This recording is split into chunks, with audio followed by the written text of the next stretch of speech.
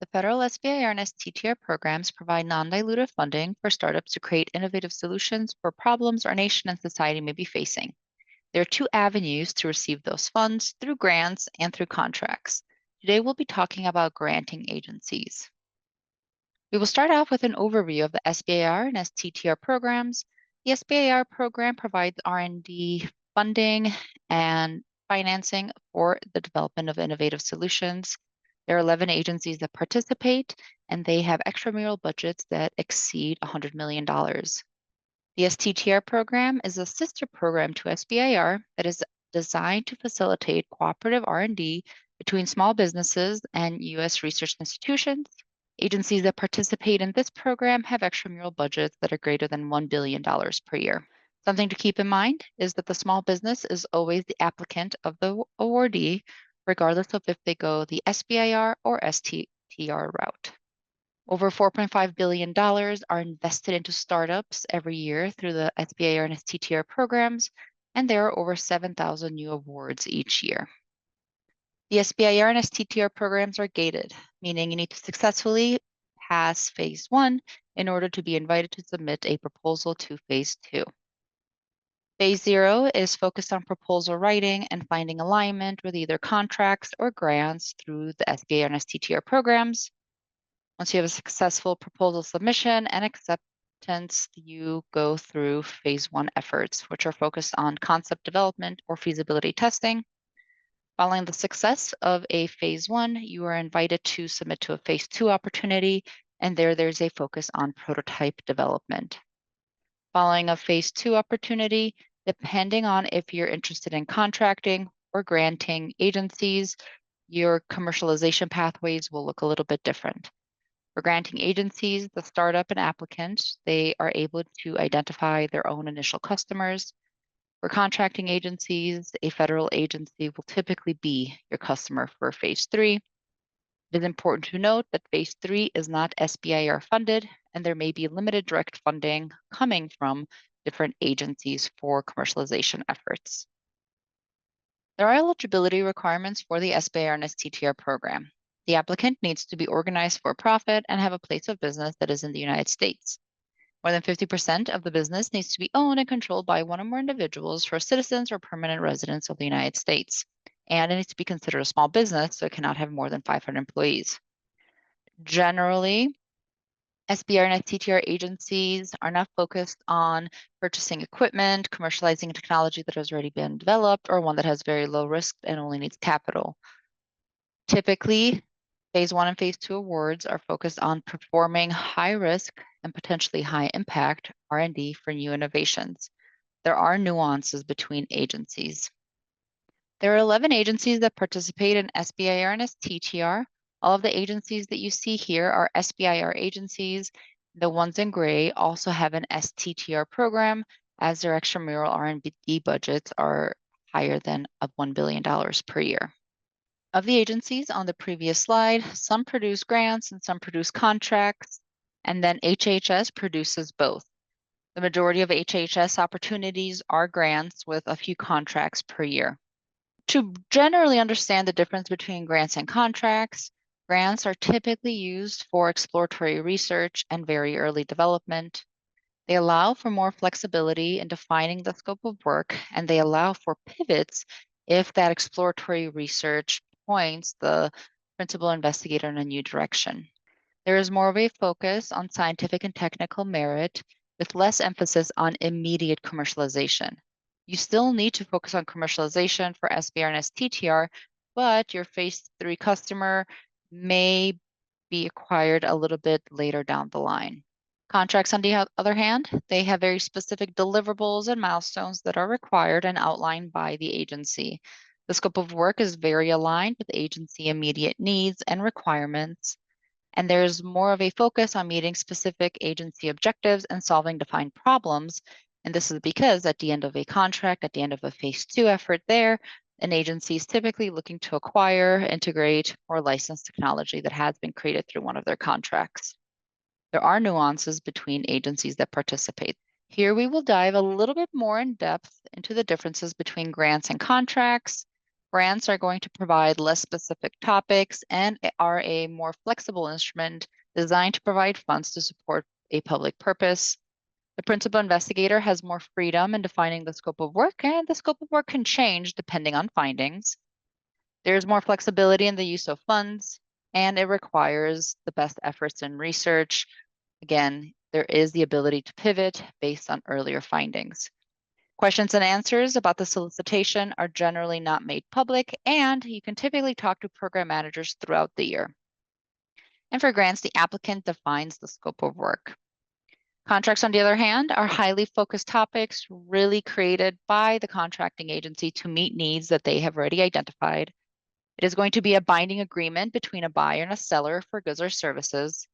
The scope of work is fairly inflexible, and the contracting agency will typically tell you what they're looking for at the end, and it is the duty of the applicant and awardee to deliver on that scope of work.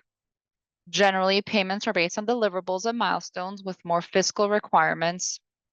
And at the end of a contract or successful contract, there is the requirement of delivery of promised goods and services determined by the contract type.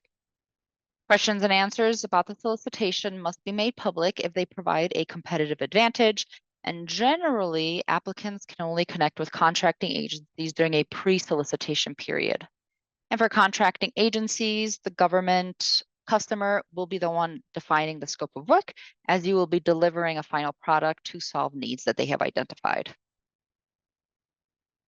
When should one pursue grants? Grants can be great for early stage research and are ideal for startups that are in the early stages of developing a new technology or innovation. They provide a more flexible funding opportunity to explore feasibility and conduct preliminary research on a new product, innovation, or technology. With grants, you focus on broad research goals. You look to align your research goals with the general mission of the funding agency and are typically not required to produce specific deliverables at the end. You're able to define your deliverables. Grants are suitable for projects that contribute to scientific knowledge and technological advancements. And grants are great for higher risk projects. Grants can be more accommodating of high risk projects, especially if they have the potential for high reward and high impact at the end. If your project involves significant uncertainties or exploratory work, grants offer the flexibility needed. So if you're working through proposed efforts and you need to pivot, grants will typically allow for that pivot point to occur. A portion of the agencies participating in SBIR and STTR produce grants, and they're listed here. They include NSF, HHS or NIH, DOE, USDA, NOAA, and NIST. And the goals of the products, innovations, and technologies they fund are listed here as well. Of the agencies that are listed here, their award amounts and periods of performances. And for all of the granting agencies and the contracting agencies, there are going to be those nuances that I've already mentioned. In addition to them being either granting or contracting agencies, proposal submission processes, portals, and requirements will look different. Funding levels and periods of performances are going to vary. Some agencies, depending on their capacity and size and goals, they may have one solicitation or multiple solicitations per year. If it's a contracting or granting agency, your communication with topic authors is going to look different. Registration requirements are going to vary as well. All agencies will typically have their own unique registration requirements. And then as we've been chatting about, the funding vehicle is going to vary, with some agencies producing only grants, others only producing contracts, and HHS producing some contracts and mostly grants. As you're determining if grants are a good initial SBIR approach for you, you can also consider contracts in the near future. Many times it is recommended to utilize a phase strategy, with phase one focused on using a grant to conduct that early stage or very high risk research and really determine the feasibility of your product. If you have a successful phase one, reach all your objectives and are ready to start creating a prototype geared towards a specific need of an agency, then for phase two, you can start to think about transitioning to contracts if your technology aligns with the specific agency needs and deliverables that they're looking for. With SBIR and STTR, you are able to switch between agencies from phase 1 and phase 2. Additionally, you can consider concurrent proposals. So you can submit both grants and contracts if your technology fits both exploratory research and then defined application scenarios.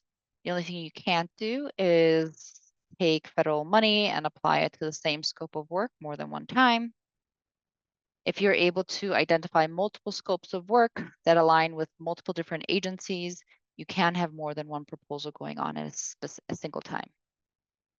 Concurrent proposals also allow diversified development of your technology. So are you able to kind of look at your final product and innovation and then split into different components and leverage different agencies to develop those components? Regardless if you're choosing a granting or contracting agency, you will have to go through the proposal writing process. And this is a general view of what the process will look like. Initially, it is important to determine eligibility. Do you meet the requirements for the SBIR and STTR programs? Are you a small business? Are you organized for profit? Are you primarily US owned? Will the work be done in the United States? And then will the PI be primarily employed by the small business? If you are eligible, start thinking about innovative ideas that you would like to leverage this program for. Can you think of an idea or technology that responds to a specific need that an agency has or a need that has been identified by society? When you have that innovative idea, think about that your commercialization pathway. Who will be your first customer? How will your innovation scale during phase 3? Will you be looking towards the regular commercial market, or will you be looking towards defense customers or government customers? That will determine if grants or contracts may be a better opportunity for you. Once you have determined those processes, it is important to complete required registrations. All agencies require you to have a SAM.gov registration with a unique entity identifier assigned. You will also have to complete SBA company registrations, and then all agencies are going to have specific registrations for their opportunities. Once those are complete, and those do take a little bit of a longer time, you can think about connecting with an agency to talk about topic fit, scope of work alignment. Keep in mind, if you are interested in a contracting agency, you will generally only be able to speak to technical points of contact or program managers during that pre-solicitation period. And if you are given a competitive advantage, they may have to disclose information that was produced during that one-on-one.